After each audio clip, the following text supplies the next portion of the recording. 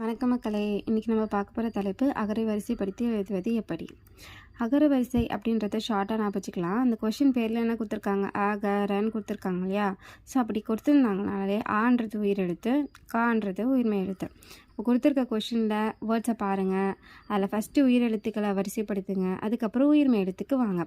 நம்ம இதில் கூட ஒன்று பார்க்க போகிறோம், என்னதுன்னா மெய் எழுத்துக்கள். மெய் எழுத்துக்கள் நம்ம எப்போ வரிசைப்படுத்த வேண்டியது வரும்னா, உயிரெழுத்துக்கள்லையும் சரி உயிர்மை எழுத்துக்கள்லையும் சரி ஒரே லெட்டர் வச்சு மல்டிபிள் டைம்ஸில் வேர்ட்ஸ் வந்திருந்ததுன்னா அதில் எதை ஃபஸ்ட்டு வரிசைப்படுத்தணுன்ற சந்தேகம் வரும்போது மெய் எழுத்துக்களை பார்க்கணும். மெய் எழுத்துக்களை வரிசைப்படுத்த வேண்டும். இக்கு, இங்கு, இச்சு. ஃபார் எக்ஸாம்பிள் இப்போ அத்தை, அம்மா, அக்கான்னு கொடுத்துருக்காங்கன்னா இதில் அக்கா, அத்தை, அம்மான்றது வரிசைப்படுத்தணும். ஏன்னா இக்குக்கு அப்புறம் தான் இங்கு வரும். அது மாதிரி வரிசை பண்ணும்போது ஆக்கப்புறம் இருக்கிற மெய்யெழுத்துக்களை பார்த்தீங்கன்னா, ஏன்னா மூணுமே சேம் லெட்டர்.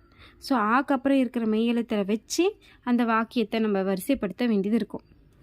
இந்த வீடியோ உங்களுக்கு புரிஞ்சிருக்கும்னு நம்புகிறேன் ஃப்ரெண்ட்ஸ். உங்களுக்கு புரிஞ்சிருந்ததுன்னா இந்த வீடியோக்கு ஒரு லைக் பண்ணுங்கள். இந்த வீடியோ பொறுமையாக பார்த்ததுக்கு மிக்க நன்றி.